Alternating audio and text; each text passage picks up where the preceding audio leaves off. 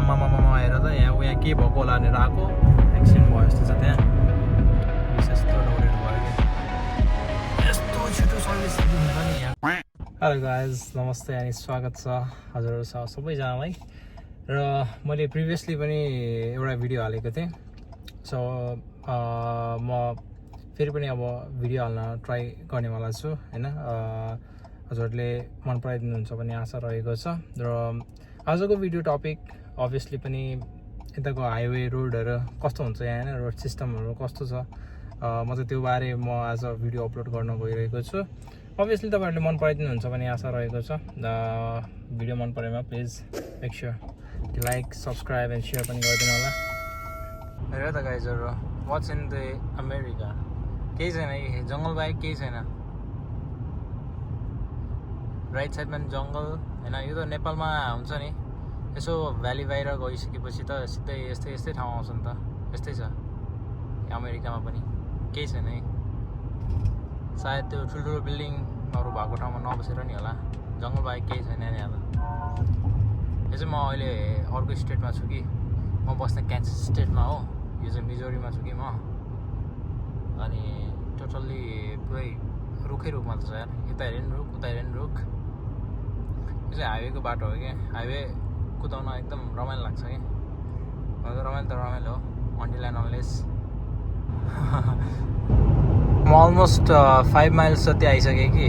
5 माइल्समा आउँदा पनि बल्ल एउटा साइडमा चर्च देख्न थाल्यो कि, केही देखेकै छैन कि, जङ्गल बाहेक केही देखेको छैन। A few moments later. यो ठाउँ चाहिँ मेरो एकदम वान अफ द हुन्छ नि, के भन्नु, अलिकति यो हाइवे सधैँ यो एक्जिट सधैँ मिस हुन्छ क्या मेरो। समझ रहे हो? मतलब लाइक एक्जिट लिनुपर्ने एउटा हुन्छ होइन, म सधैँ अर्को लिइरहेको हुन्छु कि, म अनि अर्को बाटो पुगिरहेको हुन्छु कि। यता एक्चुली एउटा एक्जिट मिस भयो भने 10-15 मिनट घुमेर आउनुपर्छ क्या। अनि म खास विचिता जानुपर्ने हुन्छ कि, यहाँ विचिताको बोर्ड छ कि, त्यो विचिता जानुपर्ने हुन्छ। म सधैँ यो यता यो माथिको जान्छु कि, देश मोइनेस र जोप्लिनमा जान्छु कि, सधैँ यो म माथिको फ्लाइओभरमा जान्छु कि। अनि त्यहाँबाट मेरो बाटो अर्को कहाँ पुग्न जान्छ कि, अनि म जानुपर्ने एउटा ठाउँ तर म आइपुग्छु अर्को ठाउँ।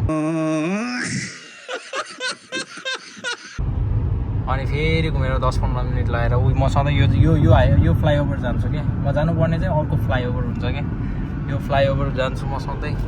ल अहिले चाहिँ मलाई थाहा भइसकेको छ कुन बाटो जानुपर्छ भनेर। सो अहिले चाहिँ खासै त्यस्तो चाहिँ मिस्टेक चाहिँ हुँदैन कि, तर उताकोमा जान्छु कि म सधैँ मिस्टेकली। अनि कहाँ 15 मिनटको बाटोलाई अर्को 15 मिनट लाग्छ कि, अनि 30 मिनट लाग्छ कि, अनि झ्याउ हुन्छ। बेस्ट थिङ चाहिँ के छ भन्दाखेरि बाटो एकदम चिल्लो हुन्छ होइन, एकदम रमाइलो लाग्छ कि हाइवे कुदाउन नि होइन। एकदम लाइक जामसाम हुँदैन, जाम हुन्छ कि, तर 4 बजेदेखि चाहिँ यो हाइवे ओभर जाम हुन्छ क्या। फेरि लास्ट ठुलो जाम हुन्छ क्या, हाइवेमा जाम पऱ्यो भने त ओभरल्याङ हुन्छ क्या यहाँ। अनि होपफुली यहाँ पुलिसले चाहिँ नदिएको छैन, मैले यसरी भिडियो लिइरहेको, because of course like pull over गरिदिइहाल्छ फेरि।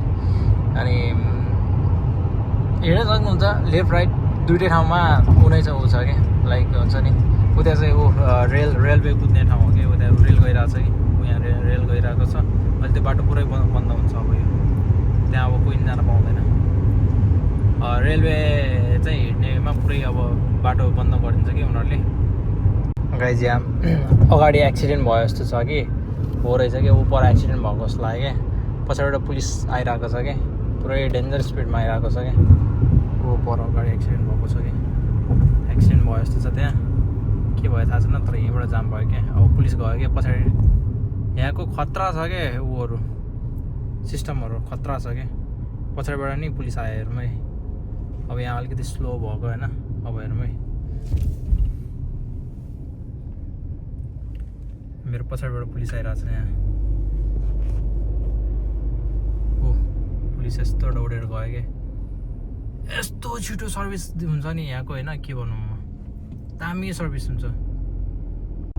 मैले पर नि एउटा पुलिसको भ्यान त देखेको थिएँ कि, यहीँको लागि आएको रहेछ क्या।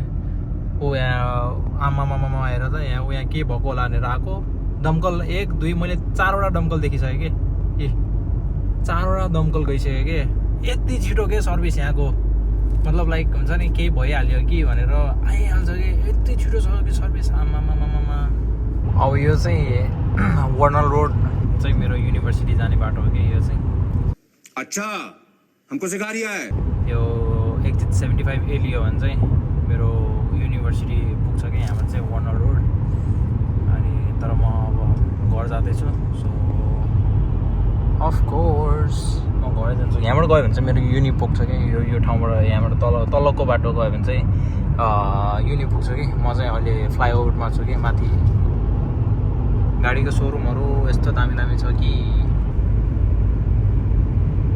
निसान सब छ के कुन गाडी किन्न मन लागेको छ म तपाईँहरूलाई देखाउँछु त अब एक्जिट लिएपछि चाहिँ कस्तो बाटो आउँछ भनेर जस्तै म घर पुग्नलाई चाहिँ यो एक्जिट 79 लिनुपर्छ क्या यो एक्जिट मिस भयो भने चाहिँ होइन पुरै फेरि घुमेर आउनुपर्छ क्या हाम्रो त यहाँ ब्याक स्याक भन्ने हुँदैन नि त यहाँ त स्ट्रेट बाटो हुन्छ होइन जस्तै यो 79 को एक्जिट लियो भने बल्ल अनि Take the exit, then take the first right onto Metcalf Avenue. Yes sir. र यसरी यो एक्जिट लियो भने चाहिँ अब At the light, use the right 2 lanes to turn onto Metcalf Avenue.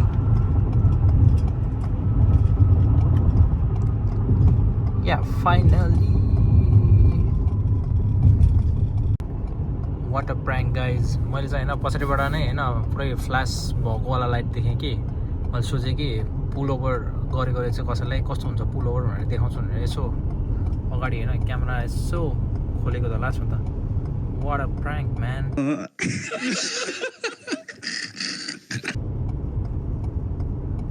Last त एरोको पो साइन रहेछ यहाँ चाहिँ यस्तो सर्भिसहरू दामी लाग्छ क्या बाटो बन्द छ भने पुरै अगाडिबाटै थाहा पाउँछ क्या र आजको लागि यही भिडियो एन्ड हुनेवाला छ नेक्स्ट डे म अभियसली पनि अरू कुनै टपिकको भिडियो हाल्ने नै वाला छु तपाईँहरूले यो भिडियो मन पराइदिनुहुन्छ भन्ने आशा पनि रहेको छ र सकेसम्म लाइक सब्सक्राइब एन्ड सेयर पनि गरिदिनु होला होपफुली 2-3 दिनमा अझ अर्को नयाँ भिडियो पोस्ट हुनेवाला छु till then enjoy guys see you take care